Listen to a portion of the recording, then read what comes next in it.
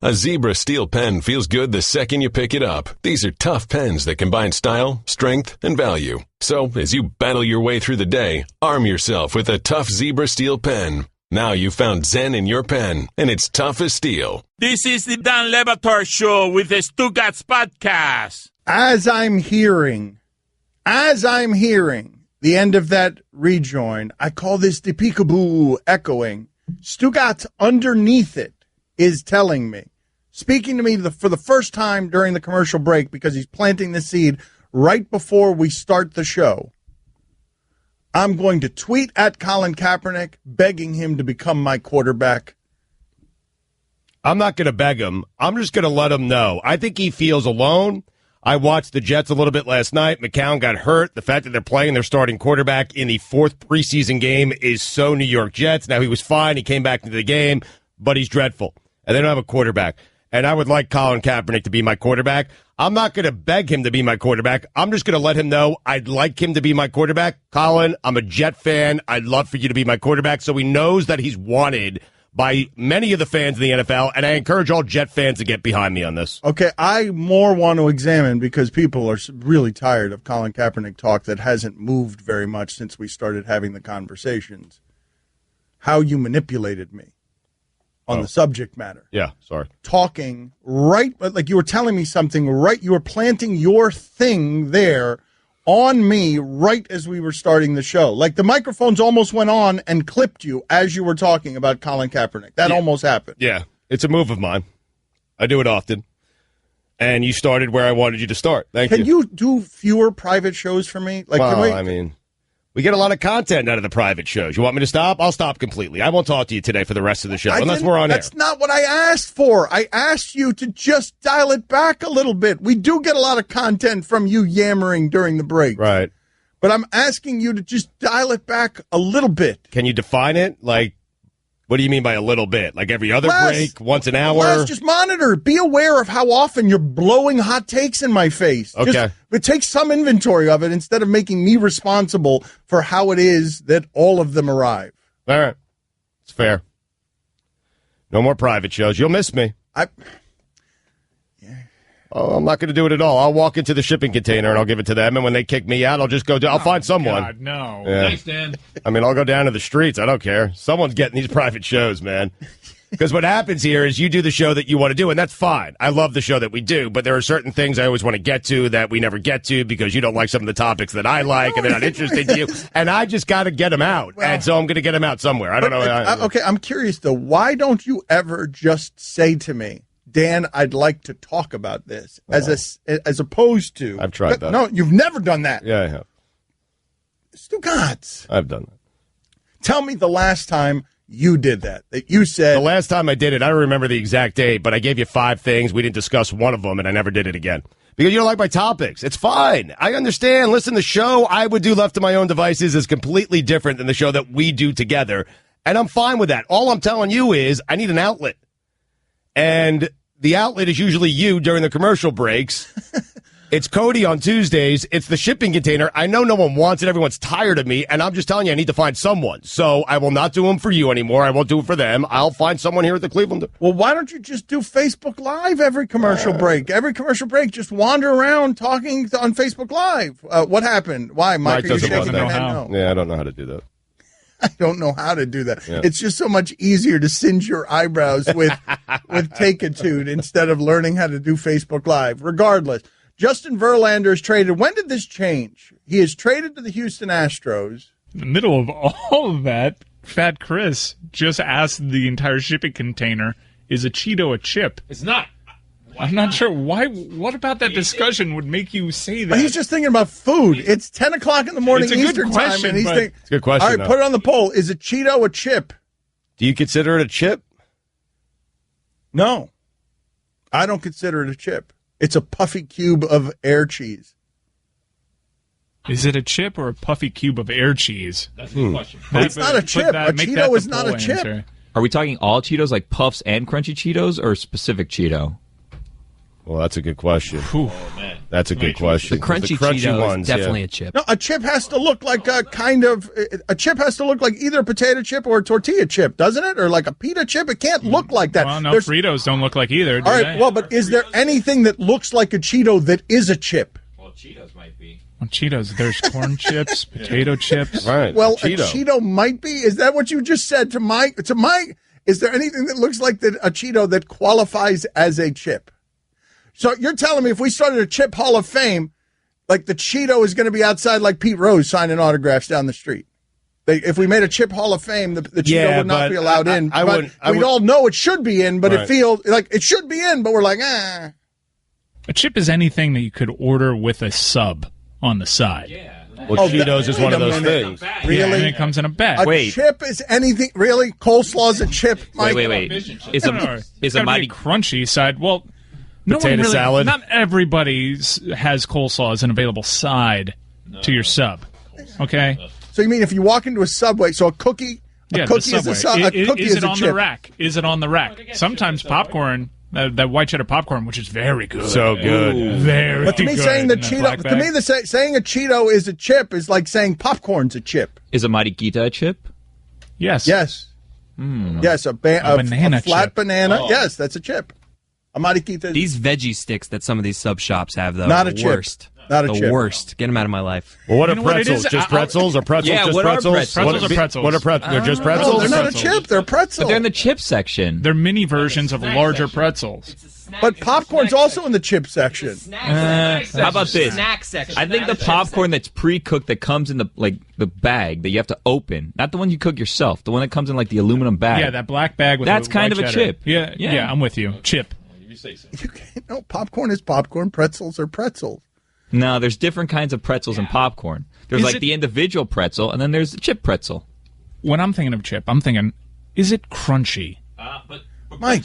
Yeah. Okay. So this is what we've got. So this is crunchy. no. Let's do this Mike's way. Okay. Huh. Let's do it Mike's way of defining. Okay, crunchy. You could get it with a sub.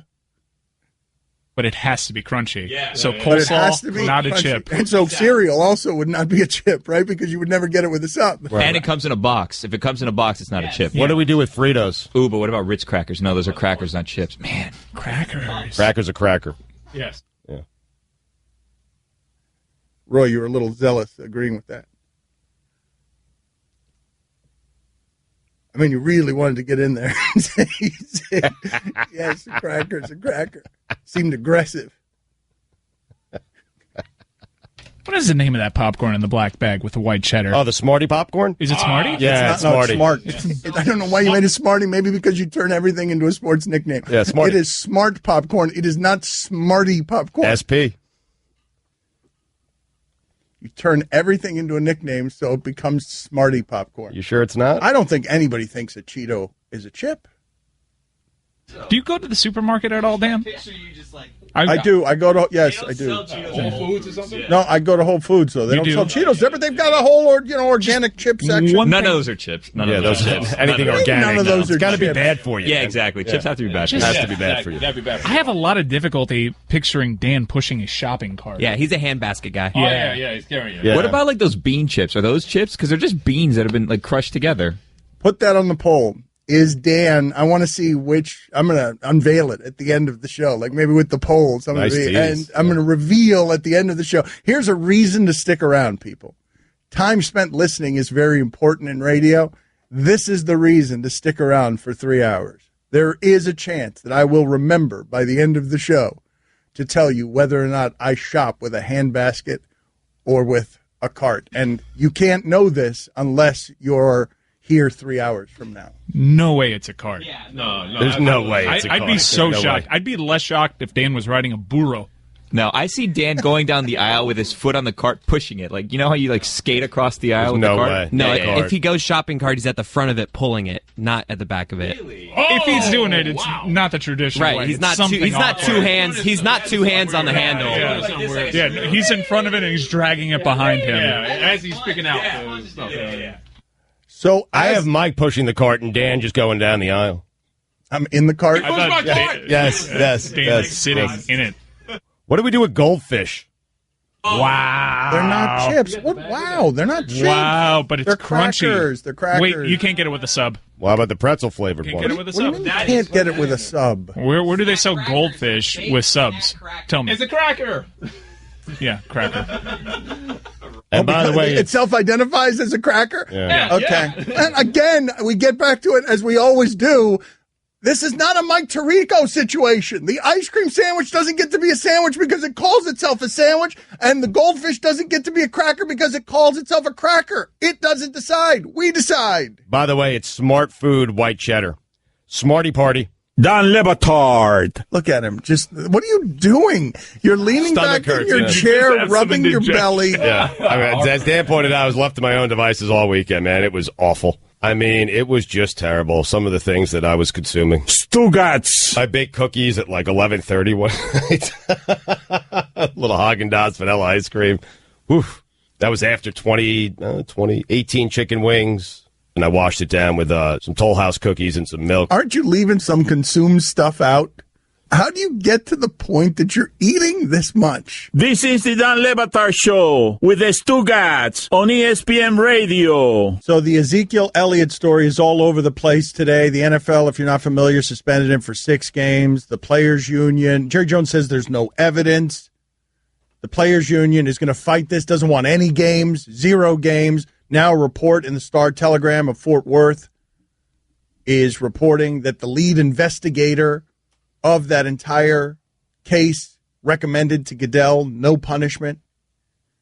And this information got to Goodell, according to Pro Football Talk, and Goodell rejected it and went 6 games. And among everything else that's dangerous about the NFL trying to swim in waters it's not equipped to swim in is now the NFL, by virtue of the way that it's handling these investigations and fighting with its players union over it, Stugotz, the NFL is spending an awful lot of time bringing attention to the fact that its players hit women. Right. Like more attention that we Yes. would have paid. Where the NFL is getting comfortable with the idea of fighting Bob Kraft and Jerry Jones, fighting 2 really powerful owners, and sitting here and bringing a lot of attention, more attention than we've had anywhere in the history of sports, to that league hits women. Right. Because it's in the news so much that you think it may be happening even more than it's actually happening because the Ray Rice thing and the Ezekiel Elliott thing are getting so much attention. Just to be clear, the investigator never made it into the room with Roger Goodell, and her request for 0 games was not put in the final report that was presented to Roger Goodell and the NFL, which is just confusing to a lot of people. This is, to me, the most fascinating fight that Goodell has chosen yet to fight, because now he's going after an old oil tycoon who's the most powerful guy in that sport, who's been trying to win a championship for a long time, says there's no evidence, and they're taking away one of his players. And Roger Goodell, it doesn't seem to me, Stugotz, that Jerry Jones would be real patient, tolerant about these kinds of things. Jerry Jones has been a giant Goodell supporter. Sure. And just recently, didn't Jerry Jones say, wasn't it reported that Jerry Jones wasn't totally on board with the idea of Goodell getting an extension in 2000 until 2024? Regardless, we got an important phone call here. We got to change lanes here. Mike Golic is driving home from his morning show, and he was infuriated by something that I said. What was it now? What did I do now, Golic? Oh, my gosh. Can we get off the secondary topics of the day and get to the real stuff? A Cheeto is a chip.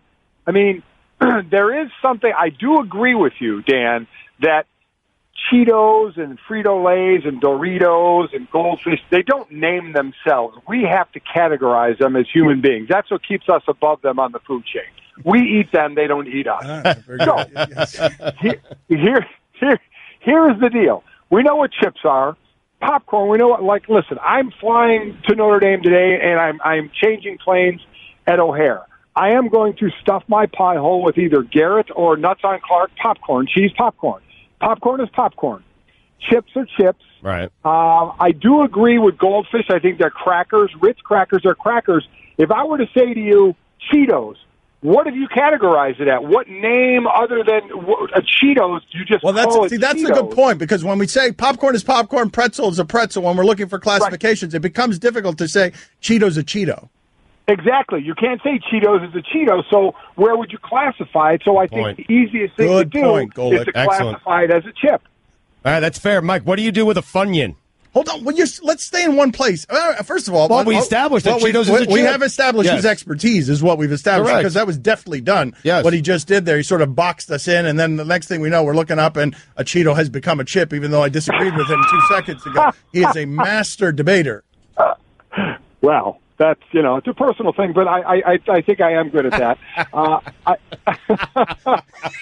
End on that note, Golic. End on that note. Perfect. We will see you later. Thank you for contributing and solving this for us. We appreciate it. Thank you, sir. Glad to help, guys. Master debater, Mike Golic, ladies and gentlemen. Thank you, sir. Chris Cody's face is just like scrunched up, and he's saying, that was weird. Yeah. That's a really good point he's making, though. Because we're useless with our commentary that what's a pretzel? A pretzel's a pretzel. What's popcorn? A popcorn's popcorn. A Cheeto? What is it? A Cheeto is blank. A lot of people are saying puffs. What? That's what they're saying. I mean, it is a puff. No one describes a Cheeto as a puff. No. Nobody would. No. It's a chip. It's a chip. I think Golic made a very fair point. There's not a category for Cheetos. Therefore, it falls into the chip category. How's the poll coming back right now? At Batard Show. Where are we so far on is a Cheeto a chip? Golic, very persuasive there. A lot of people moved off of their very hardened positions. It would be great if all debates in America and all tensions and all clashes in America could be solved that easily, with people just listening to each other and not fighting, not needing to argue, and just understanding one another. 54% of the audience right now does not think a Cheeto is a chip. Well, what is it then? Yeah. Right. That's the thing. Smart guys. That's there. Reply to that poll. There's Then what the is it, eternal smart guy? conundrum right there, smart guy. There's the eternal conundrum. Okay, you tell me it's not a chip. Well, then what is it? And then what you got? I'm telling you, everyone is saying it's classified as a puff. But what's a puff? What else is a puff? Hell's a puff. They're saying that Cheetos are classified as a puff. I don't know what a puff is. I'm with you guys. I think it's a chip. But everyone's saying puff on the text here. Name me another puff. Was a Funyun a puff? Because it's not a chip, technically. So, as I was saying about Justin Verlander. Thank God this is over. Corn puffs. Thank you. Corn puffs. Puff. That's a cereal, though. Oh. That's a pop, not a puff. And all Cheetos aren't puffy. There's crunchy ones. What the hell is a corn puff? Never had one? You've never had corn pops? A corn puff? I know what a cereal is. Corn pops. A corn puff is popcorn. Looking for a new phone? Metro PCS will do you one better. They'll do you 2 times better. Tell them how, Stugotz. Yep, get 2 free awesome smartphones with 32 gigs of memory right now when you switch to Metro PCS. And yep, I said free. Only Metro PCS gives you twice the memory of any free phone. You'll have more room in the summer for your selfies, pictures, videos, and apps. That's more memory for more memories. Go to Metro PCS and get your 2 free LG K20 Plus phones today when you switch 2 lines. Sales tax not included. Metro PCS. Wireless figured out. Jerry Jones will say anything, will give you an opinion on just about anything. And a week ago, Jerry Jones was asked whether he supports Roger Goodell's contract extension, and Jerry Jones refused to comment on that one way or another. So that no comment is a very strong comment. Dan Le Batard. Called common sense reporting, Dan. Connect the dots. Stugotz. I would not describe your sense as comment. This is the Dan Le Batard Show with the Stugotz on ESPN Radio. You guys see what Le'Veon Bell did? What did he do now? Le'Veon Bell, holdout, Le'Veon Bell, applied for a job at Dairy Queen. Actually filled out the forms. Is that a sponsorship thing? Is this some sort of guerrilla marketing? He's great, dude. He is great. I need to figure out how to make him a friend of this show. I've never seen anybody treat a holdout this way, where he's like just making it very cold and funny about, hey, give me my money. I ain't showing up, and I don't care about the mess I'm making while I'm not showing up because he's having fun with it. It's totally harmless. He's really having fun. He's agitating his employer and the fans who cheer him and his city, and he's having fun with it. I'm looking at it now. He's filling out the application. Also, the show that we do off the air is better than the show we do on the air. The most recent example, this actually happened during the break where I just shouted into the other room, "What is a bugle?" And Mike Ryan spit back at me without any thought, "Oh, the bugle's a bleep hole." What are you, bugle? Are you a salty cereal, bugle? What are you? Identify yourself. What the hell's a bugle? Honestly, it's a cone of some sort, a salty cone of some sort. Yeah. That's not a chip. That's a fair point. It kind of, it's like in no man's land. Who likes bugles? The only people that like bugles are the ones that like to just put it on the tips of their fingers and pretend they're some sort of monster. Guillermo, put it on the poll. Do you buy the bugles chip? I guess I'll call it a chip, but I'm reluctant. Don't bestow the chip honor to bugles. It's defined as a corn snack. That's not helpful, Stugotz. I'm just telling you what they're calling it. The people who make it are calling it a corn snack. Everything we're talking about are snacks. Everything we're talking about. I'm telling you, the people who created these things, they have categories, and they put that under a corn snack. They don't decide. We decide. All right. So coming up later in the show, Tim Kurkjian's going to join us. Also later in the show, Chris Jericho is going to be on with us. But I want to get back to this Ezekiel Elliott story because I find many layers of this to be fascinating and problematic for that league. We've talked before about the idea that the American legal system cannot get right how it is to handle domestic abuse. It's really complicated. It's hard to have 100% strength and conviction on men beating women and being able to prove that they've beaten women in a court of law. It becomes very complicated on how to punish that stuff. And now the NFL is telling you, no, law, get out of the way. Ezekiel Elliott hasn't been arrested for anything. Ezekiel Elliott hasn't been charged with anything. Get out of the way. One thing that we discovered, though, in all the details that have come out, it's a lot of times the police have been called. A lot of times that we didn't know about. Yep. Mm-hmm. And so they did their investigation, and man, this thing is so hard to digest because none of the people involved have credibility. Because if you read some of the reports on the woman, she too has, if you believe the reports, and I don't know what's accurate here and what's not accurate here, and it's part of the problem with everyone lacking credibility, that it becomes very muddled when no authority can be trusted, when a 13-month investigation by the NFL is resulting in a report that is thorough, but the lead investigator says there should be no punishment, and Roger Goodell is deciding, nope, 6 games.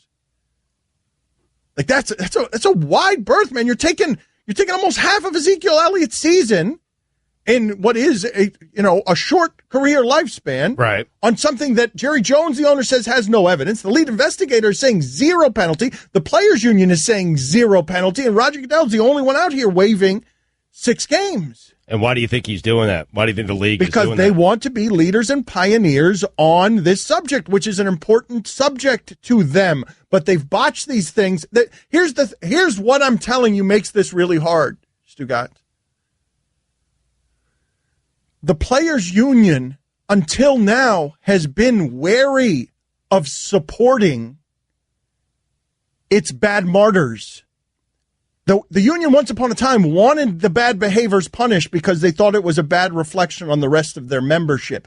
But now the union doesn't trust these investigations. And so the union is looking at all of this and saying, absolutely not. No more, Roger Goodell. No more. And so they've got some strength behind them because of the botched investigations. Right now, defending Ezekiel Elliott doesn't make you as queasy. Because the NFL investigations lack credibility, defending someone accused of what Ezekiel Elliott is accused of would normally make you queasy. Right. But they feel emboldened because they could come after the NFL, which doesn't have credibility on its investigation. And now you've got this report in which within that investigation, the lead investigator is recommending 0 games, according to the Star-Telegram. And the NFL this morning, a spokesperson is denying that Goodell didn't know what her recommendation was and didn't know all the information, that they still looked at it. They knew everything, and they looked at it, and they made their decision, and their decision was 6 games. But this is what I'm telling you, though, Stugotz, and this is why it's dangerous to have Roger Goodell with this kind of power. It's why it's dangerous to allow him to make up the rules as he goes along. The law, America's legal system, has told you that while Ezekiel Elliott may not be innocent, he has not been charged, arrested, or convicted of anything. Jerry Jones is telling you there's no evidence. And the lead investigator reportedly is saying 0 games for Ezekiel Elliott. And then on the other extreme, there's one guy shouting 6 games. And it's Roger Goodell. And he's alone over there. And he doesn't have the support of his players union or anybody. Whose support? He doesn't have the support of Jerry Jones. Whose support does he have as he comes down this hard on being a pioneer of domestic abuse? Well, I wonder if the other owners are supporting him through this, because Jerry Jones certainly is not. That's for certain. I mean, maybe Daniel Snyder is, same division. If they're working on an extension, then they are, right? If they are, if he's going to be extended through 2024, then they are. And again, I know that Ezekiel Elliott and this particular crime makes for a really bad martyr. I know you don't want to hear it.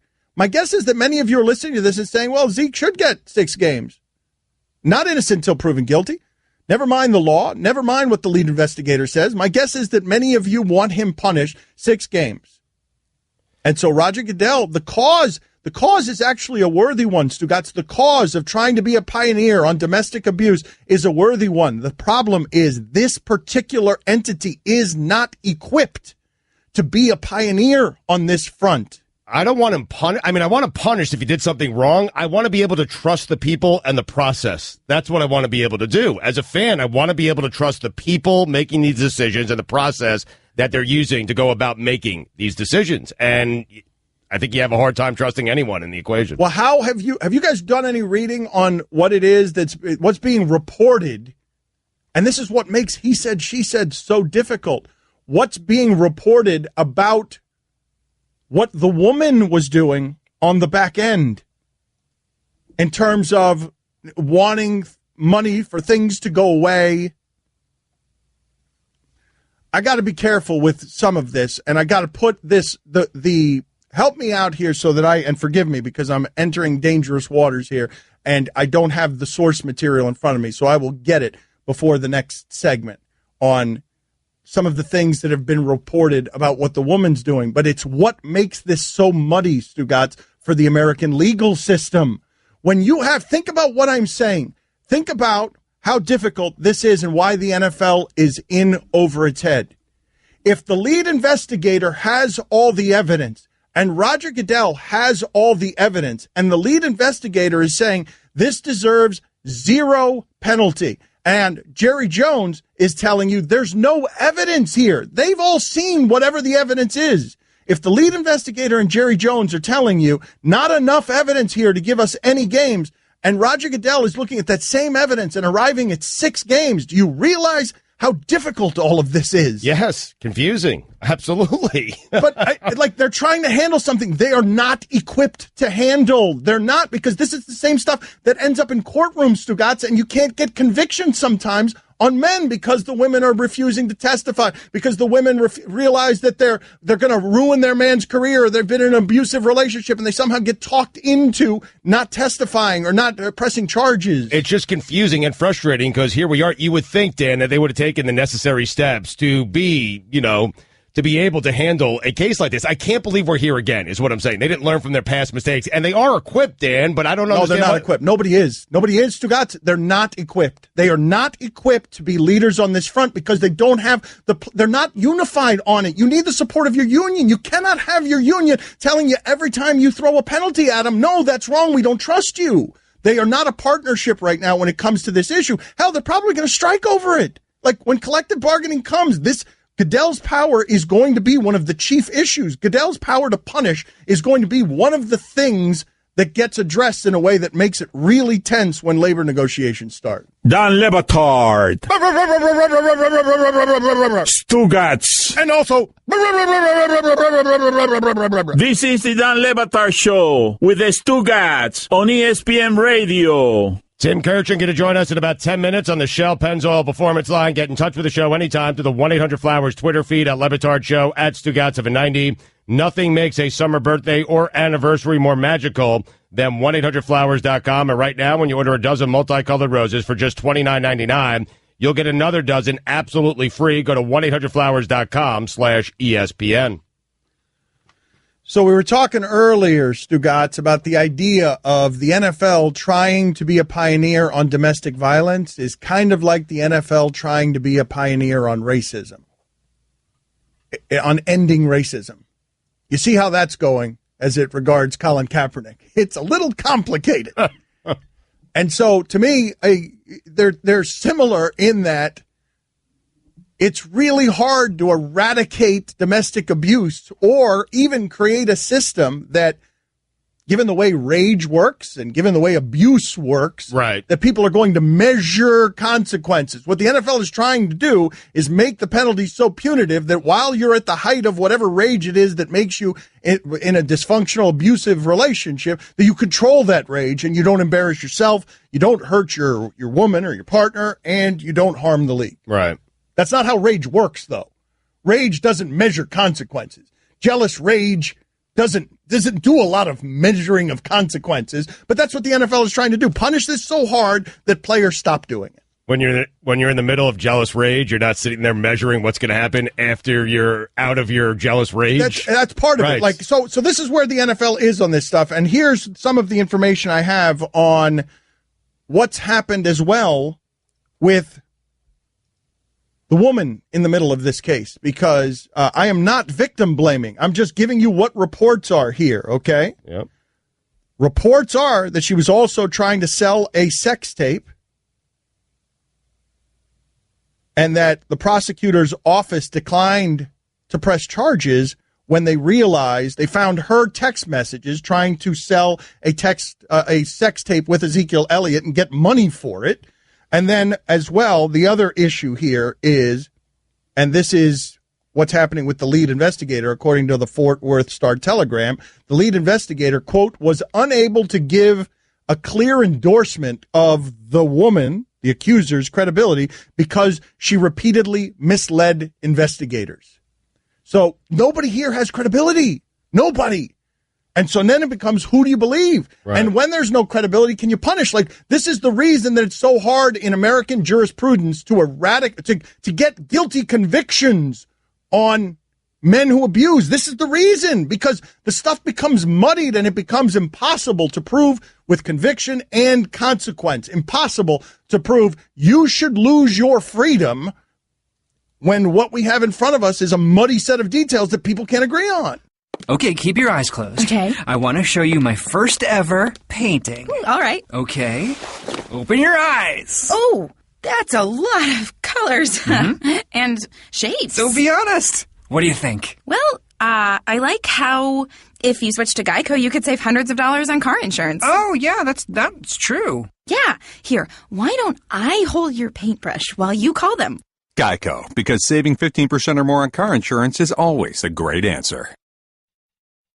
America, it's time for some straight talk. You love your phone. Look at you. You hardly put it down. But you don't love that expensive wireless plan, do you? So what if I told you can keep that phone, network, and number 2 for a lot less? Well, this is me telling you. It's time to switch to Straight Talk, guys. Bring your own phone and get unlimited plans starting at just $45 a month on America's largest, most dependable 4G LTE networks. Straight Talk Wireless. Only at Walmart. Savings may vary. Please refer always to the latest terms and conditions of service at straighttalk.com. Dan Le Batard. Game day bucket, go boom! Stugotz. I do like that idea, Goldie. Greedy. I like the idea. I have a friend named Goldie. I called you Goldie. This is the Dan Le Batard Show with the Stugotz on ESPN Radio. Tim Kurkjian with us now on ESPN Radio. Tim, is a Cheeto a chip? Yes, I'm going to say yes with great hesitancy. Great. Okay. With great hesitancy. Okay, so Such you're a measured response. Yes, you don't have very much conviction about this then. No, I don't think it's in the chip family, but what else would it be? So it's a chip. Right. I mean, Dan, listen, the question's stungy at first, so I understand his response. Like no one really knows how to answer it except for Golic. I know. I mean, I feel like, can we get Tom Brady on so he can tell me that he doesn't want to answer it because he was at a wedding? Can we do that? Tom Brady, answer the controversial topics. Is a Cheeto a chip?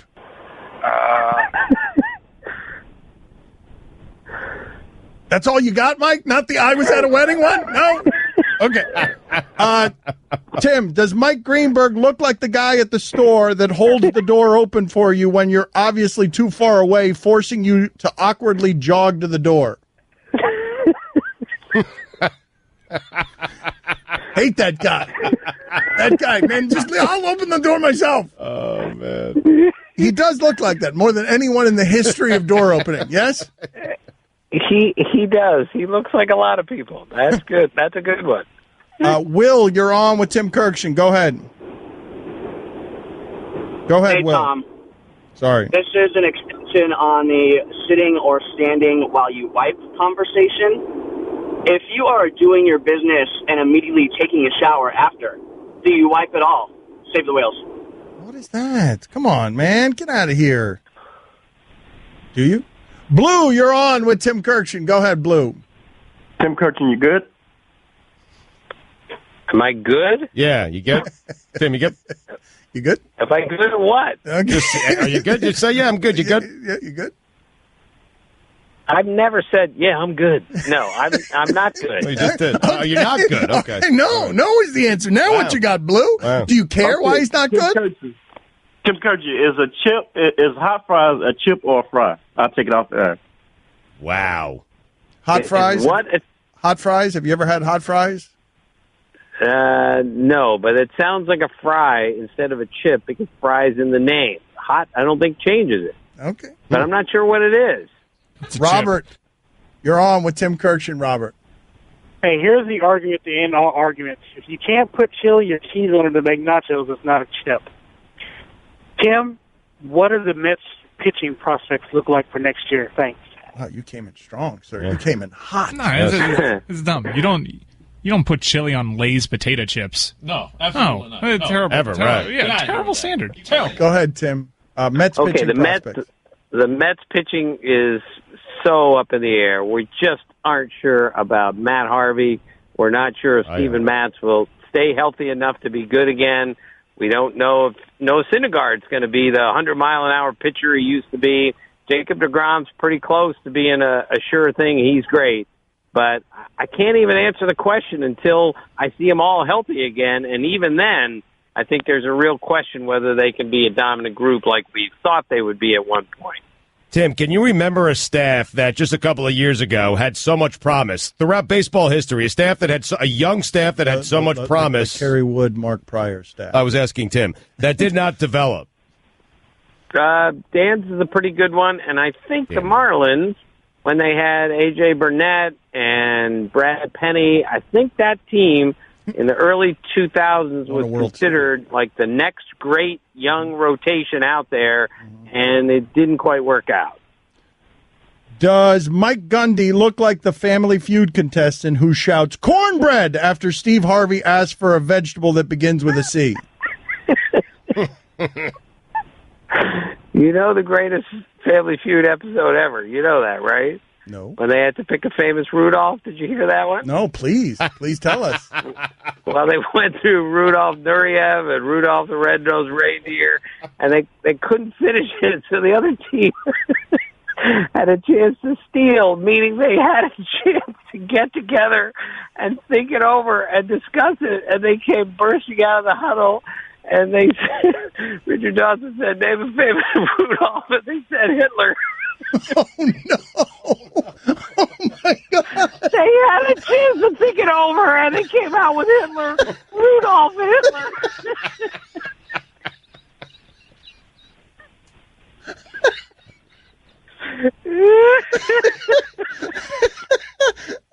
You there, Tim. I got scared. Got everyone off. I'm telling you, I thought this was a safe space, that I would never hear anything about Hitler in this area. This is not where I expected ever to see that. Okay. Rudy Hitler. Oh, my God. This is as shocking as anything that has ever happened on this show. Like, I don't remember being more surprised by anything in my life than what just happened. Oh my God! Tim Kurkjian's mouth was not the place that I was expecting any of this. Oh my God! Does Robert Kraft look like the guy inside the monster costume that would have gotten away with it if it wasn't for them damn kids? Yeah. The white collared shirt. Oh my God! Can't get past the feud, man. That was just such a great story. Anything else on that subject, Tim? I feel like I interrupted you with our Robert Kraft looks like. No, that's the greatest Family Feud episode. Yes. Can anything be better than that? I cannot imagine the shock of the viewers who are watching it live. Cannot. You should have seen the look on Richard Dawson's face. It's amazing, man. I'm looking it up. Like, honestly, how bad do you feel as a family if you're on television and that happened to you? Like, it's amazing. It's an amazing ignorance to have spread throughout your family, to think that his name was Rudy all this time. He had to go to a board and say, "Show me Rudolph Hitler." They all said good answer at the same time. Like, we got it. Wait a minute. Did he have to? I'm looking right now. Did Richard Dawson actually say, "Show me Rudolph Hitler"? No. See, they had a chance to steal, so all they got is a buzzer. That's all. And damn. That's right. When you steal, Oh my God, Marcus, you're on with Tim Kurkjian. Go ahead, Marcus. Hey, Tom. Quick question, by the way. Rick Hahn, GM of the year. How do you think the White Sox rebuild will go in a few years? Do you think they'll all pan out? Do you think some will fold? What do you think there? Thanks, Tom. Okay, well, this is baseball. It never all pans out with young players. You know how that works. However, the collection of young players that Rick Hahn has come up with is remarkable. They have the best farm system in baseball, and several of those guys are going to be Major League All-Stars for sure. But to say they all are, or this is going to be the greatest young team ever, it never works that way in baseball. But I'm still stunned how well the White Sox have done rebuilding that team. When you look about how to rebuild it, that's how you do it, the way the White Sox did. Dylan, you're on with Tim Kurkjian. Go ahead. Hi, Tim. How you doing? First of all, a Cheeto is not a chip because it has puffed air in it, and that makes it a corn chip. And then second of all, you always talk about Walter Johnson a lot, and I wanted to know why you think he's the greatest pitcher of all time. Thanks. Well, he won 417 games for mostly really bad teams in Washington. He threw 110 shutouts. Maddox and Glavine threw 60 combined. He had 38 1-0 shutouts. So he had more 1-0 shutouts than Pedro Martinez and Kurt Schilling had shutouts of any score combined. That's how great Walter Johnson was, and he was, 5 inches taller than anybody on his team. He weighed over 200 pounds. So I think he would have been great today. I really do. Kevin, you're on with Kurkjian. Go ahead, Kevin. Dan, Stu, easily the best show on radio ever. And Tim, my question for you is, don't you think Justin Turner should be the lock for the MVP in the National League? No, there are no locks for the NL MVP. Justin Turner is in the hunt, but do you have Arenado, Harper, Goldschmidt, Stanton, Votto, Blackmon, Turner? That's 7 guys. I have the MVP ballot this year from the National League, and I have no idea what I'm going to do. That's how close it is. That's how many great candidates there are. As much as I love doing that, I'm not looking forward to this because it's not going to be easy. What do you look at beyond OPS? Well, I start with OPS. You're right. And then I look at how the team does. I still can't get away from that. If you're playing really important games and you're carrying your team to a first place to the playoffs, that's going to matter for me. I look at the ballpark in which you play. I look at the team that you're on, certainly. There are a lot of factors that go into it. And sometimes I look at it and I'm not sure I got it right. But I do as much research as possible. And I talk to the players and the managers of those teams, like, tell me about this guy, and sometimes they'll give you a really good answer. Timmy, how do you define meaningful or important games? Like, is Stanton right now playing important games because there's 6 out in the wild card? Yes, and again, Joey Votto's the one that you look at and say, how many really important games have they played in the last 3 months? And that's a tricky spot for him, and that's not his fault. That's the problem with this question. But the word valuable allows you to go any way you want with that. If it's just player of the year, then we're going by the best numbers, and that's slightly easier. But when you throw in the word valuable, then it allows some subjectivity, and that's where it gets really tricky. Does Jeff Fisher look like the Department of Wildlife and Fisheries? Does Field Yates look like the guy who's always standing right next to his boss? Does Wright Thompson look like he runs an alligator farm? Jay Cutler look like the parent at your kid's soccer game who looks at you after your kid trips over his own feet and smirks and says, your kid, right? Don Le Batard. Yo!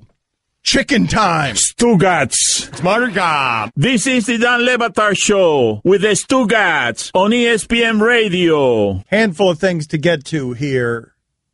Mike, that sound you guys were playing of Jim Rice in the other room, is that straight talk? Is that worthy of straight talk? Is he giving us his former Boston Red Sox great Jim Rice giving us the straight talk? Yes or no? I have not heard this sound. Oh, yeah. Jim Rice is giving it to you straight. Yeah, straight and great. Okay, let's. All right, so here's the backstory. CC Sabathia has got a bad knee. In the first inning last night, Boston tried to bunt on him, and CC Sabathia said that was weak. So that's the starting point. I don't know what Boston great Jim Rice said. He is a historically surly sort. He was surly on Nesson, and this is courtesy of them. What is he talking about? Bunting is part of the game. You try to get on the base any way you can. If you tell him to leave some of that chicken, that donuts, and that burger away, maybe his leg will be okay that he can feel that baseball. So that just... You're fired up? Yeah, that's just stupid. So there's nothing wrong with Nunez bunting in that situation? No, not at all. So Sabathia doesn't have a right to be upset? No, not at all. No. What he has a right to do is fulfill his contract, lose some weight, and go out there and pitch. Whoa! That is Straight Talk. It is brought to you by Straight Talk Wireless, nationwide coverage on America's largest and most dependable 4G LTE networks. He's going after CC. I thought CC was skinny now. With old fat jokes. Has he gotten back to fat again? He got back to fat again? Yeah, he's fat. Does he ever really Big bone, skinny? big bone. Yeah. He's always kind of big. Okay. What was it? He was eating a box of Captain Crunch a day, or was it 2 boxes of Captain Crunch a day? CC Sabathia. Whatever it was a lot of Captain Crunch. Right. 1 box, I'd say, is a lot too. So half a box. Yes. It's horribly unhealthy. Stugotz was telling me during the break about this fan at the Mayweather fight who made his way from the cheap seats into the celebrity seats. I haven't followed this story at all, but Stugotz was saying this is someone we should get on the air, that this is our kind of guest. A guy who wormed his way up to the celebrities, tried to blend in with Mayweather's security team, and then just started hassling celebrities who assumed he was supposed to be up there. Yeah, he had a $2,500 seat. He was in the last row, and he was waiting for Mayweather to enter the ring with his security team. He blended into that security team and got all the way up to the second or third row. And then, because when you're up that close, everyone just assumes that you're famous and you're wealthy. And so he was asking all the celebrities if he could take selfies with them, and they wanted selfies with him. And I just think it's kind of funny. In hindsight, I wish that we had him on right after the fight because it's a really funny story. But he got pictures with major celebrities, and celebrities were coming up to him and saying, hey, can I take a selfie with you? And he's like, absolutely, because they just assumed that he was somebody. It's a funny story, man. I'd love to get the guy on to talk about it. Do you guys want him on? I feel like Guillermo and Mike are looking at you as if they don't want him on. Roy is saying, yes, I do want him on. Chris is just thinking about food and lunch. That's the look on his face. At Batard Show, put it on the poll. Do you want us to talk to the guy? Or do you want Allison to find the guy so we can talk to him that snuck from the cheap seats to the celebrity seats at the Mayweather? Allison's saying no a lot back there. Really? Oh, she doesn't want to chase him down? Because that's typically not what Allison does. She's down for the challenge. I'm not sure why she's so. Allison, what's the matter? Why don't you want to do this? This Allison? is a 32-year-old bartender who loves McGregor and had the worst seat in the house, paid $2,500 for it, and parlayed it into a front row seat, and now he's buddy with all these big time celebrities. No, he isn't. Don't care. I just don't think it's interesting. I don't think it's that interesting either. Okay. All right. Sorry. Chris Jericho next. Dan Le Batard. You are the best, and when I say the best, I mean the very worst and most evil. Stugotz. The worst. But this time, it's for real. Worst. This is the Dan Le Batard Show with the Stugotz on ESPN Radio. Stugotz in his head is thinking to himself, I need to move to Japan in the event that maybe I want to kill somebody. Like, it's such a weird, hey, they can get away. I was thinking how unfair that is. Okay. That's ridiculous. There's an expiration date on murder? All right. Chris Jericho with us. He's got a new book. No is a 4-letter word. This is Chris Jericho. This right here is a big hit. This is an alt-rock hit right here. This is Chris Jericho. Yeah, do you love it? Do you love this right here? Do you love that Mike Ryan, our producer, is such a fanboy that he just played your own music to introduce you?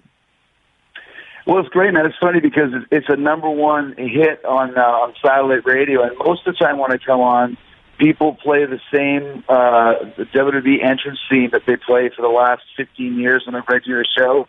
So now you're much more contemporary because you are joining in with the number one hit, the platter that matters, the hit across the nation, Judas, by Fozzy with Chris Jericho. So I appreciate that. What are some of the things that have come into your life, Chris, and thank you for making time for us, that you've been surprised by like that wrestling helped bring into your life? I wouldn't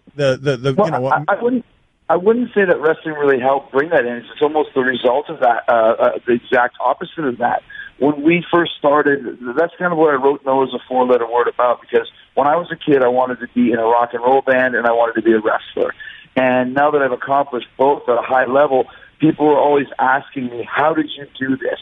How did you become, get into wrestling, get into music at such a high level? So I wanted to write a book with kind of the 20 lessons, principles that I learned throughout my life on how I was able to make my goals come true. So it's almost like an ipso facto self-help book, a motivational book, and now I'm going to consider myself the next Tony Robbins. So there you go. Tony Robbins, Tony Little, and Tony Jericho is going to be my new name. Chris, I just asked you a question. It was my second question. You didn't answer it, and you went straight into book plug mode, and it was exceptional, but I feel like you didn't answer my question at all there. I was asking you about perks that have come into your life. Careful there. I know, I don't want to get this guy mad, but I'm just saying, I was going to give you a chance to talk about your book. I honestly was. You didn't have to steal my second question and turn it into your book promo. I should become a politician. That's exactly what I just did. But it did kind of answer your question. It was in the same wheelhouse because you asked all these other perks and things. Yeah, like just some of the stuff that's come into your life where you've been like, wow, that's really cool that I get to do this. Meet this person. Dan, what I'm saying is it all stems back to the fact that when I was younger, I decided that I was going to do whatever it was that I wanted to do and not hold back. So when you get into music or you get into podcasts or you get to be a guest on the Dan show, it's like all of these things are, like you said, perks or offshoots of the original concept I had of wanting to do something and making it happen. So I did kind of tie it into what you were asking me. So the answer is, did I expect it? You never expect anything, especially in show business. Am I surprised? Not really, because I put in the work and the effort to make it happen. But you're continuing to not answer Dan's question. I'm not sure. I run the risk of upsetting you. I think I did answer it. All right. Listen, if you say you answered it, then that's good enough for me. We're Chris good. Jericho, You the good? new book, No is a 4-letter word. It is available now. Chris Jericho with us on ESPN. What are you proudest of overcoming? What's something in your past that has required a strength from you that surprised you? Well, first of all, one is not answering your first question. I overcame that. Well, I think one of the principles in the book, I call it the America's Funniest Videos principle. And the principle is you have to learn how to let go of things. And the story about that is last year I was like the front runner to become the new host of America's Funniest Videos. And for a whole year I was green for it, and all these things happened. And at the end of the day, I didn't get it. And when you don't get it, when you've been focusing on it and trying to make it work, it's hard. It's hard to let go. It's professional crushing defeats. I'm sure you've experienced them as well. And sometimes you want to dwell on it and kind of your life kind of becomes a slave of that. But you have to let it go. And if you can't let it go, I think a person's life and career is not defined by the failures. It's defined by the successes. But those failures are what helps you appreciate the successes even more. I hope that answers. Yes, no, and it's also excellent advice. But I'm also shocked at how close you were to, being the host of America's Funniest Home Videos. And while you don't want to dwell on past failures, can I ask a follow up about that? Because I'm kind of absolutely. Yeah, how close were you? How close were you to getting that job? And why was that job so important to you? Well, first of all, it's such a great job. It's a mainstream, iconic show, and to be the host of it, it puts you into a different level. And I think the creators of the show wanted to put a little bit of a different spin on it, make it a little bit more contemporary, a little bit more Jericho, I guess you'd say. And it's close to the point where, anytime you have a show, I'm sure you've experienced it in the past, you have the producers of the show, and then there's the network or the station that the show airs on. And they basically came to heads, and the station won. So it was pretty close.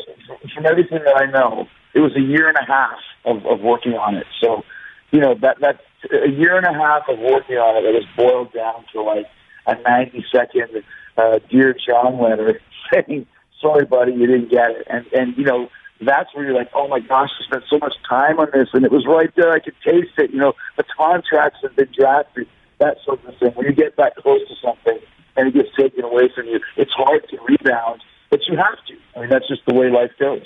The new book is No is a 4-letter word. It's available now. Chris Jericho is on his way to becoming the next Tony Robbins, or, he's going to Jericho everybody. Guillermo, can you put it on the poll, please, at Le Batard Show?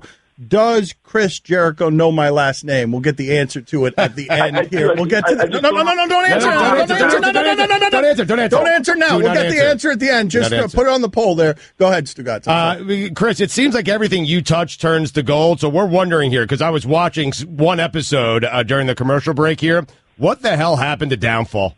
Well, tell the people what Downfall is. It's a game that Chris hosted where contestants had to answer a certain amount of questions in a certain amount of time, and if they didn't, then their prizes would start to fall off of a building, like a car, a couch, cash. So you loved it? You loved so the show? much potential. Right. Chris was great. Right. I loved the show. What happened there, Chris? Yeah, everything was on a big, giant conveyor belt that would take these prizes off the side of a building in the middle of downtown LA. Actually, what happened? One of the things that happened is that people started getting mad at the show for wasting perfectly good grand pianos. You guys didn't consider that? Think of that, you guys hadn't thought of that beforehand? Because, if a perfectly good car is flying off of a building and just breaking, right. Yes, that's pretty wasteful. You fun. That was an oversight, Jericho? You didn't think that might be a problem? Well, I didn't make the rules, right? I just showed the talking head. But the best part was then after a couple episodes when people started getting mad, then I had to say, this is a reasonable facsimile of a grand piano building. It's not actually a real grand piano. And then when you start saying that, then that's no fun either. Like, you're going to bulk the wood piano worth 12 cents. It's like, well, then the whole thing just goes right down the drain. I think one of those things, it looks good on paper, and then when you actually start doing it, you're like, well, there's a lot of issues here. All right, so it looks good on paper, not until a car is going off a conveyor belt up a building and crashing in the middle of Los Angeles do you realize there might be some issues with this. Yeah, I was hoping they cleared the street underneath because that'd be the last thing we need to. You know, hobo dies as giant Brad Daniel lands on head during filming a game show. No is a 4-letter word is available now. Chris Jericho with us on ESPN. What is the most fun you've ever had at work? You know, it's once again, what my answers are so not probably. I think to me, it's fun to be able to do what I always wanted to do for a living. You know, it's fun being in front of a live crowd and getting that instant gratification. And knowing, like, okay, you could have the greatest match in the world or put on the greatest concert in the world, but the crowd is sitting on their hands and not moving, then it sucks. And you could have, you know, a match with a million mistakes and screwed this up and screwed that up or hit a bunch of bad notes playing. But if the crowd's going nuts and jumping up and down, that's all that matters. So I think it's fun being able to see how people react and know that when Jericho comes to town that they're going to get their money's worth. And that's kind of I've been able to build a whole career and fan base on that. So it's just really cool to know you're, I guess, making a difference in people's lives when it comes to entertaining them. Let's go around the room here before we get the correct answer from Chris Jericho. Chris, yes or no? Chris Jericho knows my last name. Yes or no? Yes. Guillermo, yes or no? No. Roy, yes or no? Yes. Mike, yes or no? No. Stugotz? No. All right. Final answer. So it's the Dan Show. What is my last name, Chris? Well, here's the thing. I'm from Canada, so there's a lot of ways we can go here. So the actual spelling is Lebatard. So that could be Le Batard. It could be Le Batard. It could be Dan Le Batard. So I didn't have the correct pronunciation. So I'm going to go with it's the Dan Le Batard Show. Yeah, excellent work by you. How about mine? Did I get it? Yeah. How about mine, Chris? All right. So all you guys that thought I didn't know Dan's name, you can suck it. I just didn't know how to pronounce it. So there you go. All right. But how about mine? Your name is Floyd McElworthy. All right, thank you. And that is Chris Jericho, ladies and gentlemen. No is a 4-letter word. The book is available now. Thank you, Chris. We appreciate it. Thanks, guys. Everyone, make sure to continue to tune in to the Dan Show. All right, the Dan Show with what? Floyd McElworthy. He wanted to make it Mayweather, but then he made it something else. Thank you, Chris. Dan LeBatard. Game day bucket, go boom! Floyd McElworthy. I do like that idea, Goldie. Greedy. I like the idea. I have a friend named Goldie. I called you Goldie. This is the Dan Show with Floyd McElworthy on ESPN Radio. Guys, keep an eye on what's going on in Dallas, please. Jerry Jones is scheduled to go on the radio, and this might be the spot where he says something that inflames this situation, because you rarely have these kinds of situations in sports where the commissioner of the league is doing something that is going to harm one of his most powerful owners, and that owner has already said that there's no evidence to make his running back suffer loss of games. I'd expect Zeke Elliott's owner to say that. I will. Well, I don't know. He can. Jerry Jones can really inflame this situation now and make the flames climb into the sky when you've got the players' union telling you that they are coming after the commissioner in this investigation, and you've got a report now that the lead investigator, the NFL's lead investigator, recommended 0 games, which Jerry Jones is, if he believes that, he's going to wave that around. Right. Jerry Jones withheld more comment on the current state of the case, saying the best thing for me to do is not comment, but when the time comes to comment, believe you me, I will. Well, okay, so and we know he will. Okay, yes. But what I thought might happen on the radio you today. That was the time? He's promising. No, he's teasing it. That's exactly what I wanted Mike to check on, because we're close to there. Yes, we're close to Mount Jerry going off, and erupting. and that's going to make for interesting television. Dan, the confusing part of all of this is you have Kia Wright-Roberts, who is the director of investigations at the NFL. She works for the NFL. She did this 13-month investigation, okay? She recommended, according to all the reports, that Zeke Elliott not be suspended a single second of a single game. She worked for Roger Goodell. He took that information and said, I disagree. 6 games. That is confusing, man. Okay, and that's an interesting one because ain't that real life creeping into the news stream? How many of you know that you've done your job correctly, come to the boss with a recommendation, and your boss just stinks? Like, how many in our audience know that frustration, the daily frustration of you know more than your boss? Right. You feel like you're better at what you do than your boss. There are so many people listening right now who know that daily frustration of coming home and telling their significant other about all the complaints they have because their boss is a bozo. Yes, so many people can relate. Boss, I investigated this for 13 months because you asked me to investigate it. Here are my findings. 0 games. Yeah. 6. Well, but Goodell has a different agenda. Goodell, I don't think at this point Goodell is much interested in the facts. Seriously. I think Goodell is interested in image, perception, and being a leader on domestic violence. Right. And the facts don't, like the facts. The American justice system doesn't think the facts in this case are enough to arrest, never mind prosecute Ezekiel Elliott. Right. I mean, but he sits there, right? Like the 2 owners he's really ticked off are probably the 2 most powerful That's why owners. It's interesting. Right. That's one of the things that's fascinating. Like, this can explode because Jerry Jones really wants a title, man. Jerry Jones wants to prove that he can do it with someone other than Jimmy Johnson's players. It's really important to Jerry Jones to win, and he has not won in a long time, and they are really close. And now you're taking away his player on something that he believes there isn't enough evidence on. And he doesn't even mind the bad boys. This is a guy who won with bad boys, so he doesn't mind about any of that stuff. And my guess is that if we asked him honestly whether he likes about all this Roger Goodell stiff penalty stuff, that he wouldn't be down with all this stiff penalty, like over penalizing players stuff. Can you imagine the look on that plastic face if he wins this? Yeah, it'd be the same as the look on the face if he doesn't win it. He's like a mascot. Good point. It doesn't change. He's like a mascot that way. You don't know whether, hey, is he joyous? Is he drunk? Is he... He's plastic. Is he happy? He's just something between plastic and surgically altered. Okay, keep your eyes closed. Okay. I want to show you my first ever painting. All right. Okay. Open your eyes. Oh, that's a lot of colors and shapes. So be honest. What do you think? Well, I like how if you switch to Geico, you could save hundreds of dollars on car insurance. Oh, yeah, that's true. Yeah. Here, why don't I hold your paintbrush while you call them? Geico, because saving 15% or more on car insurance is always a great answer.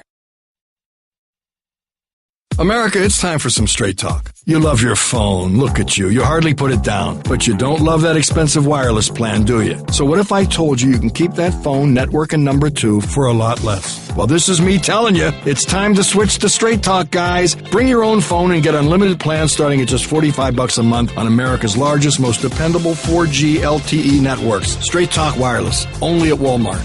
Savings may vary. Please refer always to the latest terms and conditions of service at straighttalk.com. Don Le Batard. I'm going to eat my wings with blue cheese, and a lot of it, and I'm going to come in here with blue cheese on my face and a couple of napkins. And too bad. Stop complaining about it. Stugotz. No one told you you can't eat wings. You decided that on your own. That's a you choice, not a me choice. It was a me choice, an us choice. We'd be eating wings every day. We'd both have blue. We'd be slathered in blue cheese, both you and I. We'd be slathering it on each other. Yes, that's my dream. This is the Don Le Batard Show with the Stugotz on ESPN Radio. ESPN Radio is presented by Progressive Insurance. Guest on the Dan Le Batard Show appear via the Shell Pennzoil Performance Line. Here's your SportsCenter update. The Dallas Cowboys raised more than $2 million during a 90-minute telethon, with Jerry Jones making a $1 million donation to the Salvation Army's effort to help those affected by Hurricane Harvey. Wide receiver Des Bryant was on the receiving end of Jones's phone call. J.J. Watt started an online fundraiser Sunday to aid victims of Hurricane Harvey, with a modest goal of $200,000 on Friday. As the amount donated surpassed $13.5 million, Watt has upped that goal to $15 million. It's incredible, man. I ain't saying anything bad. people are trying to bait me still on Twitter. It's not going to happen. How can you say something bad about this? What J.J. Watt is doing is absolutely amazing. $15 million. God bless him.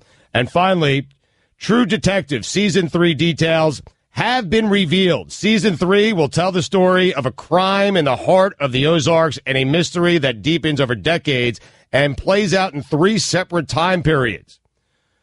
Mahershala Ali will play the lead role of Wayne Hayes, a state police detective from Northwest Arkansas. Does Mahershala have a question mark in her name? I was asking if that's how you pronounce it. Right in the middle of the name. Right in the middle of the name. Mahershala Ali. That might be a fine for Dan.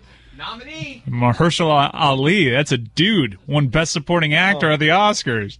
Oh, wow. Was in Moonlight. Well, wait a minute. Why is that a fine? Because I made a man a woman? Yeah. No, that's not a fine. I didn't get the name wrong. We don't have anything set for that one specifically. I got the gender wrong. I get fined for getting names wrong, not genders wrong. It's definitely a Suey nominee. How is that not getting a name wrong? Because you thought it was a woman's name. No, but I said the name correctly. I said it correctly. I said it with a question mark. For all the latest headlines and information, tune in to Sports Center on ESPN Radio all throughout the day. You excited for that? You guys love finding me, man. Yeah, well, we do. True Detective, Season 3. You excited for that? Because we loved the first season, right? Second season, Third season, you excited for it? Because I am, kind of. Yeah. I'm curious, some of the other stuff that you said about the flood, what a weird thing it must be to be somebody atop Red Cross right now, or these giving organizations, right? Because you don't wish disaster or horror on anybody, but you also don't get these telethons that raise this kind of money without the disaster. Like, people are not going, what a conflicted thing that must be to see horror hit an area of the country and know that the horror is so moving that it's about to fill your tank with money that you need to do good work. Right. So conflicting, man. That's right. Tough. I mean, I'm certain they'd say they prefer that the disaster never happens. But do they actually believe it? Is what I'm saying. Like, if you're running that as, you know what I mean? The core source of what you're doing with your charitable effort is you're trying to help, but you can't help as well as you possibly can unless disaster befalls people in a way that moves J.J. Watt to start making videos and connecting with people and raising like. Every time you look around right now, somebody's donating $1 million to something. How often do you see that with anything? Every time you turn around, someone is making another $1 million or $2 million donation. It's a take I haven't heard so far, and probably with good reason. Yeah. What do you mean a take? Whether or not the Red Cross is happy this is going on? No, not happy. Wait a minute. That's not what I'm saying. Wait a minute. Well, Mike, you can make the same argument with the Weather Channel because they are getting ratings that are through the roof right now. Wait a minute. I didn't say... Wait a minute. Do not do that to me. I did not say that the Red Cross... I know exactly what you're saying. I'm just not sure why you're saying it. Because we're just coming out of a couple of Red Cross stories and a couple of giant donation stories. And that money's all going to go somewhere. And as there is with many charitable efforts, many people look at charities when you give them millions of dollars. And the Red Cross has some of this in its past. And there are questionable ways that money is being spent. And so these are gold mine opportunities for the Joel Osteens of the world, if you're not actually charitable, to be somebody who does what happened to Wyclef Jean when Haiti needed repair, where you get corruption and contamination because money's just flooding in from every corner into a place. And usually charities or businesses like that. So to summarize, you're asking whether or not the Red Cross is rooting for natural disasters. That's not what I was saying. Oh. Can we move on? I also think in the middle of that, you made Joel Osteen one of the good guys. Oh, yeah. How did I make Joel Osteen one of the good guys? Oh, I mean, like a thief. You made him a thief? Yeah. Either way, not a good look. Yeah. Wait, what? You don't even know what I said. And how do you extract from not knowing anything that I said to either way, not a good look? That's a great position to put me in. That's the life of the critic. It's terrible. A guy writes in, love the show, but at least a few of us have no idea who Chris Jericho is. It only takes 15 seconds to introduce your guests to the audience. I feel like that's fair criticism. But where do I draw the line on that? Green Bay Packers quarterback Aaron Rodgers joins us.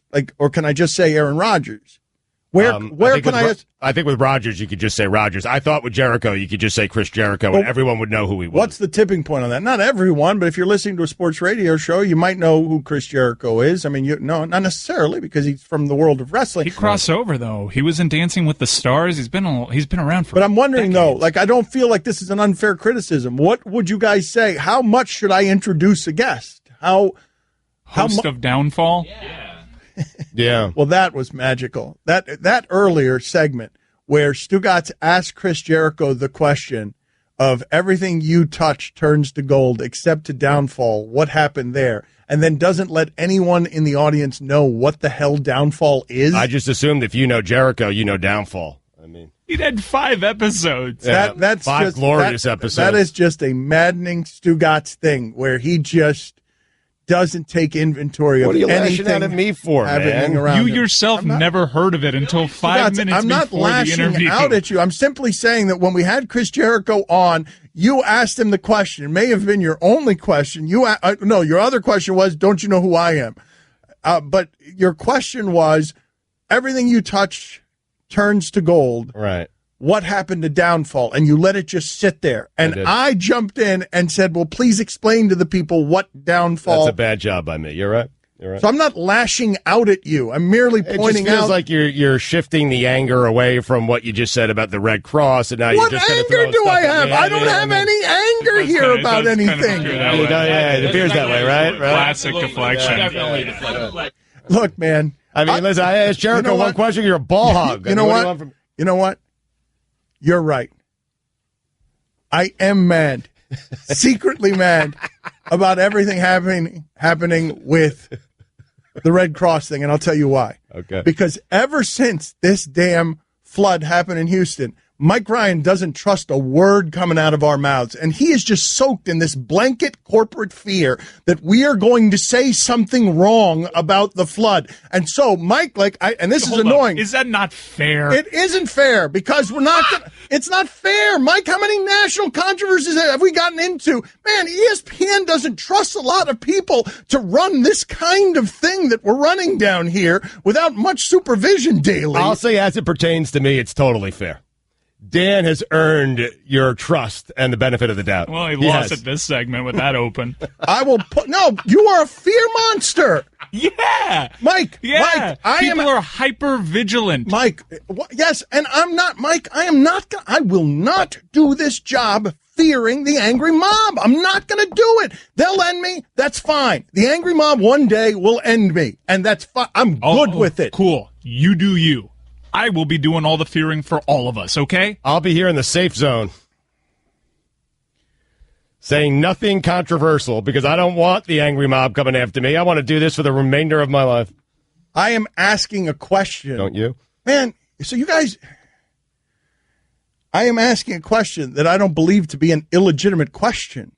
What's the question again? When monster amounts of money start pouring into an organization that is charitable during a crisis, it must be conflicting for a big, giant charitable organization to have its best days on days that people are suffering. That is all I said. Yep. Conflicting. I did not say they're happy that people are dying in a flood. All right, I'm with you now. And I do think that's an interesting question, Mike, and a fair question. It is conflicting, no, right? But and it's an interesting thought. But I'm fascinated by how kind of goes without saying. Like Colbert, his ratings have gone up since Donald Trump has become president. But he doesn't want Trump to be president. No, but Mike, you're saying it's much different. And here, to me, it's just by degrees different. It's different, but it's by degrees different. To me, this conversation starts with the one that we've been having on the radio forever about sports, which is, hey, if this guy has success over here, is that guy who's on his team happy about it?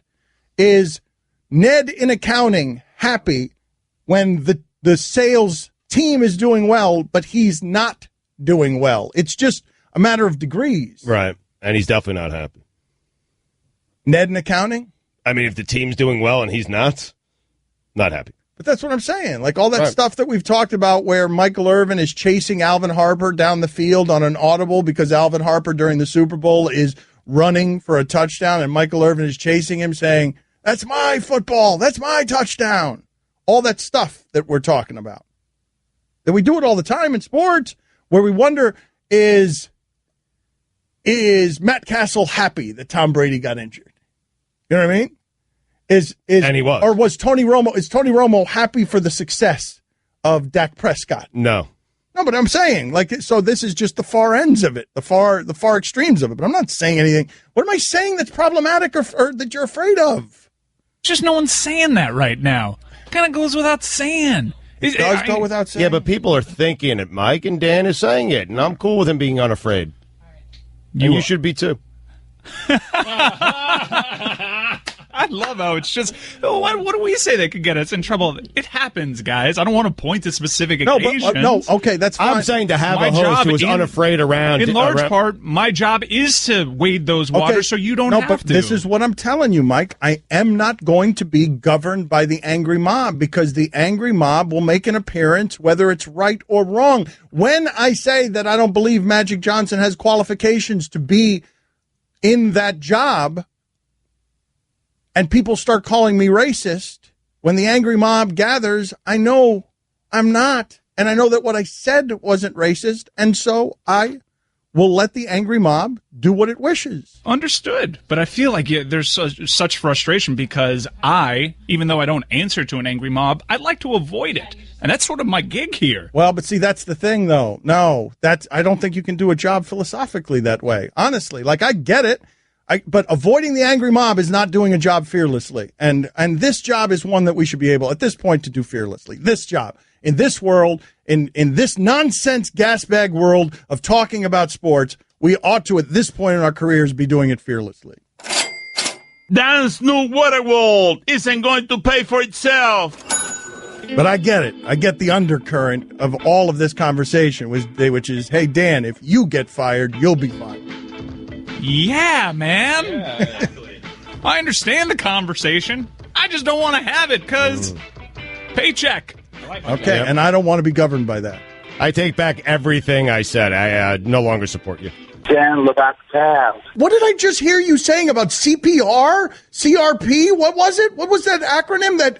That hideous thing that I don't want anywhere near the show? CSR. What is that? Corporate Social Responsibility. Oh, bleep off. Floyd McElworthy. What is that? Man, why'd you hire me? This is The Dan Show with Floyd McElworthy on ESPN Radio. If you missed any of the show, you can listen to all 3 hours of the Dan Le Batard Show on demand in the ESPN app, plus our Miami Only hour that airs before the show, and now you can subscribe to our Best of Podcasts. It's all available in the Listen tab of the ESPN app. It is time to pump the brakes. Lane Kiffin, pump the brakes on if you were calling the plays for Alabama in last year's BCS National Championship game, that if you were calling the plays, Bama would have won that game. Give me a break. Alabama scored 31 points. They were up by a ton headed into the fourth quarter. The defense gave up 21 points in the fourth quarter. Lane Kiffin, the result would have been exactly the same had you been calling the plays for Alabama. They didn't lose that game because you weren't there and you weren't calling plays for Alabama. They scored 31. They had a 17-point lead heading into the fourth quarter. Lane Kiffin, pump the brakes. No one knows cars like the professionals at Advance Auto Parts, so the next time you need help finding the right tools or parts for your car, stop by. We'll be ready to help. Advance Auto Parts, let's get you back on the road. I think what Lane is probably saying is that with that 31-14 lead, he would have called a different game in the same way that the Falcons lost in the Super Bowl, right, because their offense betrayed them by not holding on to the ball late for longer drives. I think that's what he's saying. And what I'm saying is pump the brakes. Okay. Okay, very good. So, good, and I lose. Yep, you do. Yet another victory to you. Yeah. So congratulations Thank on you. that. Appreciate it. So Rachel Howe joins us now, and you might be saying to yourself, well, who is Rachel Howe? Rachel Howe is the director of marketing for Cheetos. And today's show was a raging argument. And so now this, I'm going to go ahead and say it, this woman is the voice of Cheetos. Is that okay? Are you okay, Rachel, with me identifying you as the voice of Cheetos? I sure am. All right. Nice. So now we will get a definitive answer to this question. What does the poll say there, Stugotz, on is a Cheeto a chip? We have a ton of votes here, man. Nearly 7,000, and 56% of those 7,000 have said no. that no, it's not No, a chip. Okay, no. so what we were arguing is a pretzel's a pretzel and popcorn's a popcorn. But if a Cheeto's not a chip, then what is it? So here is the voice of Cheetos to tell you. Rachel, what is it? Technically, it's delicious puffed cornmeal, but it's a snack. Okay, it's puffed and it's a snack, but it is not a chip. You are denying that. Right now, we are getting on the air live confirmation that the voice of Cheetos is denying that Cheetos are a chip. I mean, it's a Cheeto. There's nothing else like it. It's definitely a snack. Okay, again, though, I want to hold you. The important part is it's not a chip. I just want to get the soundbite so that we could get it on the scroll and put it on ESPN. Again, the voice of Cheetos is denying, first and foremost and forever, that the Cheeto is a chip. That is correct. Bang! That's why I'm the interviewer that I am, and I am a champion, and this is, we solve things around here. So thank you, Rachel. We will send you a bag of Tostitos, the real chip. Thank you for your effort. We appreciate your efforts. Thank you. Thank you, guys. All right, thank you. Very good. So I was right. No, I said Cheeto is not a chip. I said it. Said it originally. Stugotz. That's what this is all about, me being right. Stugotz. On the subject of the Cheeto being a chip, you realize you have taken about 12 positions? Yeah. Like, you haven't even taken the two It's positions really only of two, it. chip or not a chip. You have no. That's the thing. You probably started out chip, and then I started out no chip, and then Golic called in and convinced me it was a chip, and now I'm back to no chip. Hey, Golic, did you hear that, Golic? The voice of Cheetos sends you double middle fingers. Dan, look at the tab. Lemmy from Motorhead with us. What's going on with you these days? Not much, We just finished the European tour, and we're going out in America, and then we're going out in Europe again. Floyd McElworthy. And what are those crowds like? Clouds. This is The Dan Show with Floyd McElworthy on ESPN Radio. ESPN Radio is presented by Progressive Insurance. Guest on the Dan Le Batard Show appear via the Shell Pennzoil Performance Line. Here's your SportsCenter update. The Dallas Cowboys raised more than $2 million during a 90-minute telethon, with Jerry Jones making a $1 million donation to the Salvation Army's effort to help those affected by Hurricane Harvey. J.J. Watt started an online fundraiser Sunday to aid victims of Hurricane Harvey with a modest goal of $200,000. On Friday, as the amount donated surpassed $13.5 million, Watt has upped that goal to $15 million. Incredible. And finally, blueberries can improve your memory. For all the latest headlines and information, tune in to SportsCenter on ESPN Radio all throughout the day. Let's update the polls here. We have a lot of them at Le Batard Show on Twitter is where you find the polls. We will open up the club in the next segment. Where do you expect this Ezekiel Elliott thing to end up? Do you guys have any ideas? Do we know anything about where this might end up? I think, just a guess, obviously, 6 games down to like 3 or 4 games, and then the NFLPA is going to sue, and it's going to take a while to get through the court, and Zeke Elliott's going to play week 1. I mean, yeah, is this going to be something that lingers like Deflategate does as it gets in the court system and they just fight it with lawyers, not the union lawyers, Jerry Jones's lawyers. They just fight it with lawyers, injunctions, and next thing you know, Ezekiel Elliott is playing all season? Yeah, I think it's going to... And so all that ends up resulting from it is that you got all of this publicity for your league for days and weeks about, yet again, your league beats women? Yet again. Yes. I mean, do you understand? Does everyone understand now why it is that I was telling you it's dangerous for Goodell to have all of this power? Yeah, absolutely. Once again, you were right. You were right. Way to go, Dano. Way to go. Way to go. Unbelievable record. You understood years ago, and we're just catching up now. Thank you, Dan. Thank you, Dan. Undefeated. Never lost. Go ahead and update the polls. The Twitter poll is brought to you by Upside. Now say big on travel and get a big gift card every trip you buy. You'll love Upside.com. That's Upside.com. At Le Batard Show on Twitter. Would Dan rather be right than have everyone be happy? Clearly. I mean, what perfect Great timing. first question. What perfect timing. 89% of the audience said yes. Are scallops overrated? 53% of the audience said yes. If you want to taste the ocean, would you just drink the ocean? 57% of the audience said no. Was the eclipse overrated? 69% of the audience said yes. Nice. Is, if you want to taste the ocean, do you go and taste the ocean? The worst poll ever, and Stugotz's fault. 72% of the audience said yes. I mean, just so you know, this poll, Stugotz put up this poll. I'm going to go ahead and explain to the people who weren't listening in the 9 o'clock Eastern hour what happened there. There's a caller who calls locally in Miami. Arash is his name, and he just says things are overrated. He comes on and he says scallops are overrated, and this is overrated, and that is overrated. Boots in the summer, overrated. Yeah, PJ Fleck, overrated. Right, just all these things, right? And so scallops were overrated, and if he wanted to taste the ocean, he would just go taste the ocean. That's what he said. Right. And so Stugotz decided to make that a poll question.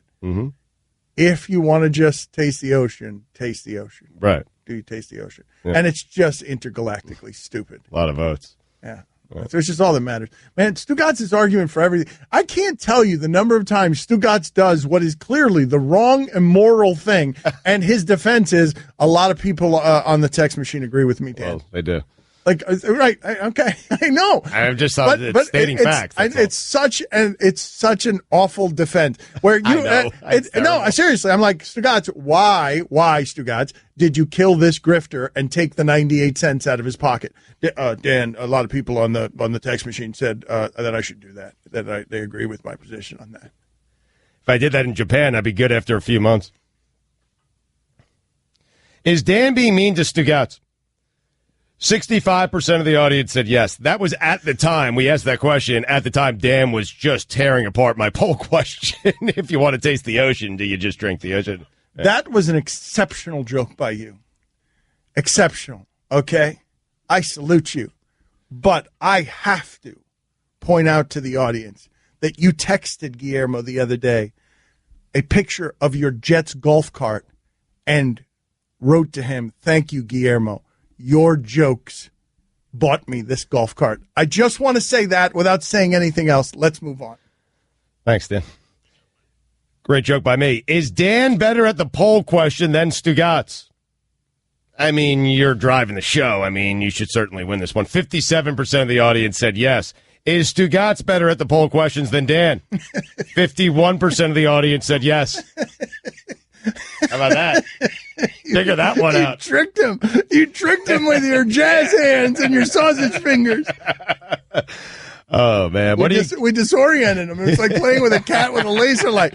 We totally tricked them. We tricked the entire audience. What do you care about more, your university's reputation or the football program? 58% of the audience said the football program. Is a Cheeto a chip? 57% of the audience said no. Is Dan a handbasket guy, or does he push a shopping cart? This one's big. This is big. Now, you're not going to reveal. I'm more into this debate than the Cheeto debate, quite honestly. Same here, because you figured he was a what, Mike?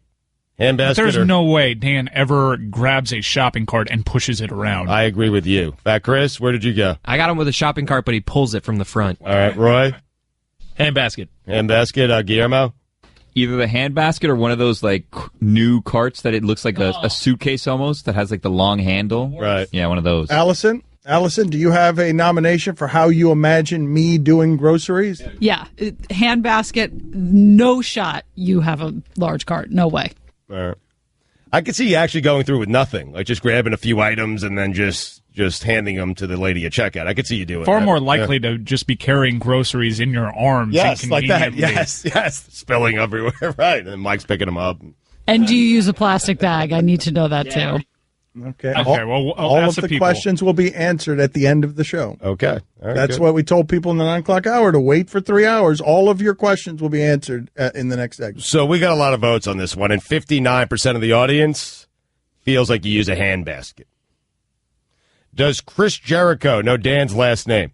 80% said no. Do you want Allison to find the guy that snuck from the cheap seats to the front row of the Mayweather versus McGregor fight? Well, you guys are wrong here, man. 70% of the audience said yes. They thought it was a good idea. All right, next week. All right. Well, too far removed from the fight. Is that it? We're done with the polls, man. Okay. Yep.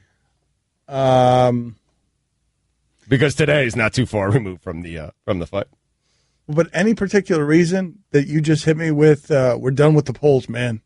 And man was just spit out of the side. Did you forget we were doing a radio show? Like, I did. And that we're friends? I did. Yeah, I don't know why I called you man. I'm sorry. I've never called you man before, have I? No, it's strange. But I do call my friends man sometimes. Man. I do. My bad, guy.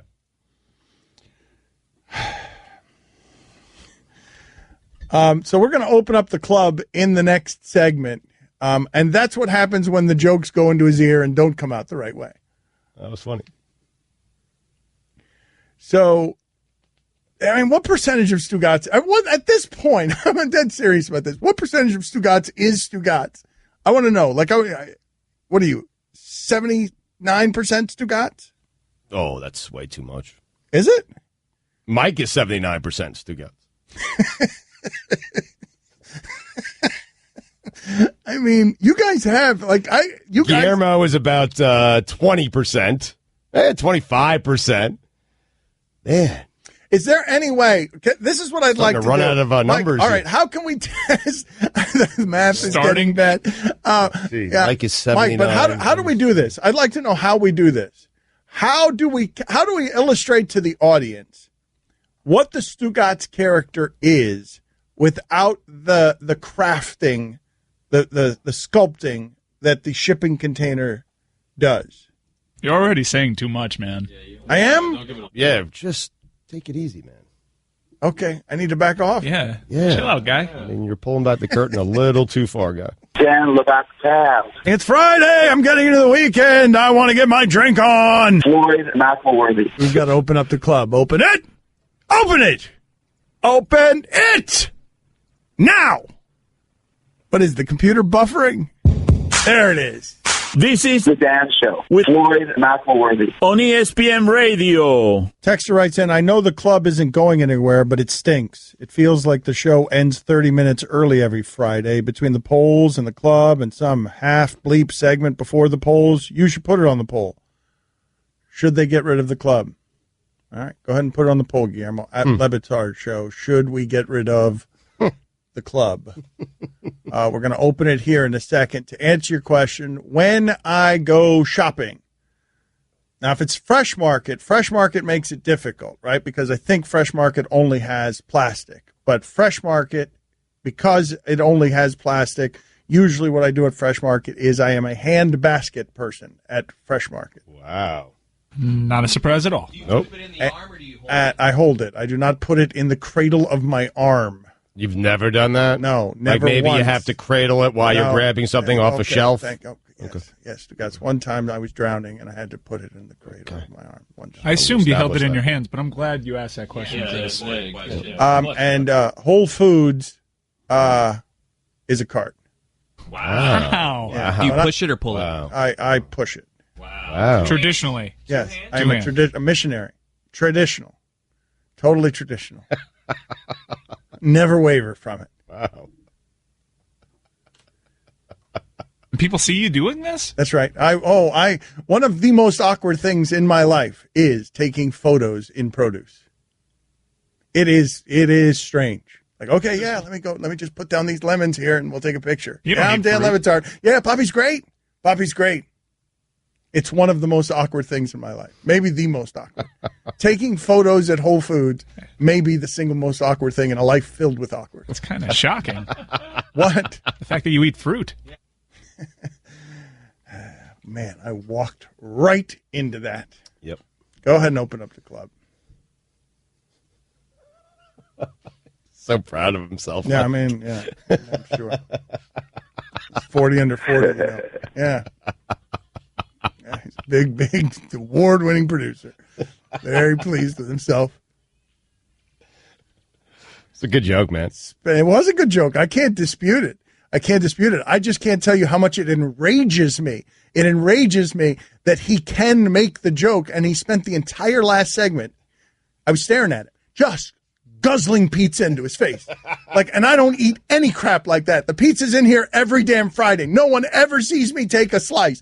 And he's just shoveling it right into his face. And it makes me insane. And then he makes a fruit joke, and everybody laughs, and he gets to be the hero, and he gets the delicious food. It's winning in a way that is very, very agitating to me. I sense some resentment. Yeah, you do, yeah. That's right. I'll wipe it away later with some comfort food, though. Bathtub full of Cold Stone ice cream. With, of course, a cantaloupe. So, first sound in the club. The first sound in the club is? There'd be no Eisner. There'd be no Disney. There'd be no ESPN if it wasn't for Mickey Mouse starring in Steamboat Willie. Okay, that is Greg Cody as an infuriated Mickey Mouse, furious at the Disney Empire. Speaking of resentment. Who else is in the club? Well, the same thing that I think about people that quote some people. It's usually them stating their own opinion but don't want to take any heat for it. That is Ronda Rousey punching Stugotz in the face, her last great strike. Oh, now you're just sucking up. I mean. Oh, you didn't think you thought that should have got the loser game show sound, or is the loser game show sound I didn't think for it you? deserved anything, to be honest with you. Yeah. Who else is in the club? We eat them, they don't eat us. That, of course, is Chris Jericho talking about Cheetos. Oh, that's Golic. That's Golic. My bad. We eat them, they don't eat us. My bad. Golic explaining the food chain to us earlier in the show. We eat them, they don't eat us. That was about Cheetos. Yes. Who else? We decide what the Cheetos are. Who else is in the club? Chris, it seems like everything you touch turns to gold, so we're wondering here, because I was watching one episode during the commercial break here. What the hell happened to Downfall? So bad. Thank you for finally acknowledging that. You know that Stugotz has a move that no matter how bad something is, he'll initially defend it. Yep. No matter how bad it is. Yep. And then he'll circle back around and realize. That was bad. Who else is in the club? Remember Beaker? I do remember Beaker. Thank you, Marty Smith, for explaining to us what your hair looks like when you put too little goop in it. American Crew Forming Cream. That's the product that Marty Smith uses in his hair so that he could drive on the back of a truck in Tuscaloosa without his hair moving. American Crew Forming Cream. Who else is in the club? Guy's got a club on his hand. I don't know how he can hold, but they call it. Football's coming, people. You ready? Are you ready? Guy's got a club on his hand. I don't know how he can hold, but they call it. It's coming, baby. Partial limbs, bringing penalties. It's coming. Guy's got a club on his hand. I don't know how he can hold, but they call it. I love that quote so much. Is that okay as a standalone to send off into space explaining to the aliens what football was? Guy's got a club on his hand. I don't know how he can hold, but they call it. Who else is in the club? Fair is a place where they judge pigs. Who else is in the club? You're a clown. Get a life, Steve. No, that is a infuriated Don LaGreca host yelling at a caller. You're a clown, Steve. I'm tired of the clown show. Tired of it. A clown who his advice actually turned out to be right, Girardi? Yeah, did it? 2 days later. 2 days later. Lose the number. So weird. You're banned. Yeah. You're not allowed to call anymore. I'm done with him. Done with him. You're tickling us. Do you have any more? Is that it? Oh. Oh, that's Tom Brady. Yeah. Being asked difficult Floyd Mayweather questions. I was at a wedding. That aren't actually difficult. I was at a wedding. What else you got? Oh, my God, it's a cheater riding a freaking ostrich. There you go. All right. About that Justin Verlander trade. Daddy, where do babies come from? Well, honey? Mommy went to the store. Oh, well, you see, there's a mommy and a daddy, right? Right. And see, when they call Geico, they could save a bunch of money on car insurance. Oh, really? And that makes them happy? Yes, that makes them very happy. That's good.